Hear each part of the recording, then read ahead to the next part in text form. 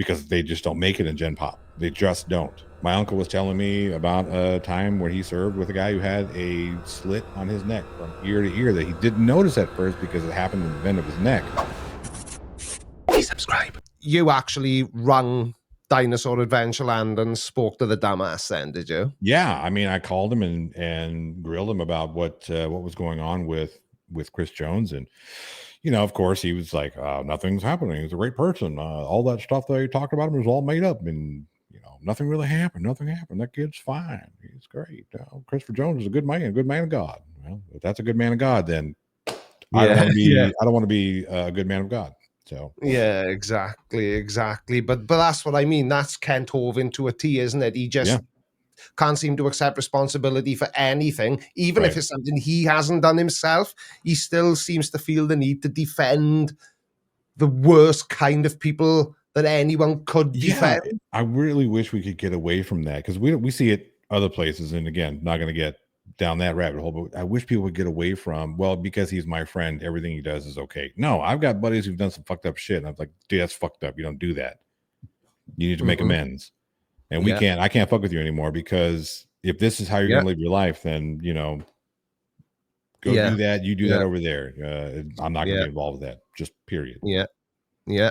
It's, I just can't see any existence anywhere in the universe where anything he does or says is okay.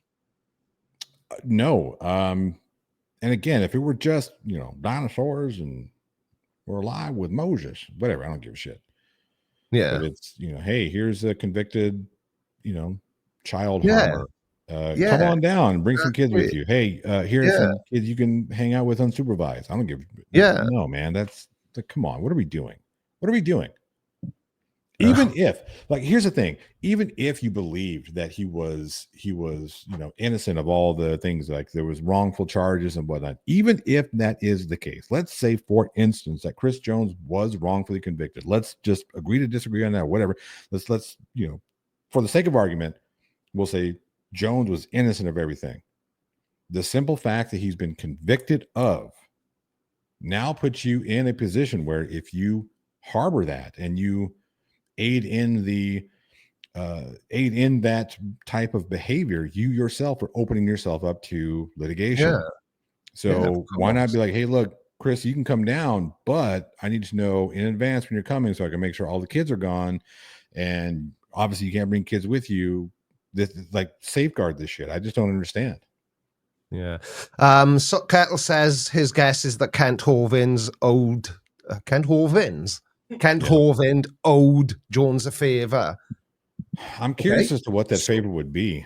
Yeah, and also, why does he owe him a favor? What does Chris Jones have on Kent Hovind that is damaging enough potentially to make Kent Hovind want to publicly defend somebody who's done something as nefarious as what Chris Jones has been convicted twice of doing? Does that make sense, John? It would have to be exceptionally bad, because a lot of people can, he was convicted of tax crimes and whatnot, not paying his taxes and this, that, and the other, and fraud and money and whatnot. Okay, no big deal. Even in, I don't know how it is over there in the Welsh land, but here in the States, they generally have a different unit for people whom harm children in that manner. And because they just don't make it in Gen Pop, they just don't. My uncle was telling me about a time where he served with a guy who had a slit on his neck from ear to ear that he didn't notice at first because it happened in the bend of his neck. It was his bunkie, and one day one of the other inmates was like, "Hey, you know that you're in trouble simply because you're bunking with him, right? You might want to consider a bunkie change." He was like, "I had no idea what's going on." I said, "Look at his neck," and he saw the neck from ear to ear. His monkey had survived an assault because he was a convicted child molester. They generally don't last in prison. Yeah, but see, the thing is, and this, I know you said that you don't completely agree with me, but I think they should be put in general population, but they should be put in a very specific part of general population, the part where every prisoner has children. every prisoner is a parent. Oh no, I agree. I 100% agree Shut that them in there. we let, you know what, here's the thing, criminals are going to be criminal, so let them handle Yeah, their business. yeah, exactly. It's I don't doubt for a second that prison guards are turning a blind eye anyway. If they see some shit happening, they're going, would Yeah, you, it's funny. would you It's funny step in? how Yeah, it's sorry, funny man. how they know where to be and where not to be at the right Yeah. times. yeah, I mean, yeah. It's like any other sort of organization, you know, the police, prison guards, politicians, MPs, you know, there's potential for them all to be crooked, and there Sure. are crooked elements in all those professions. But Right. that doesn't mean that they're all like that. But Right.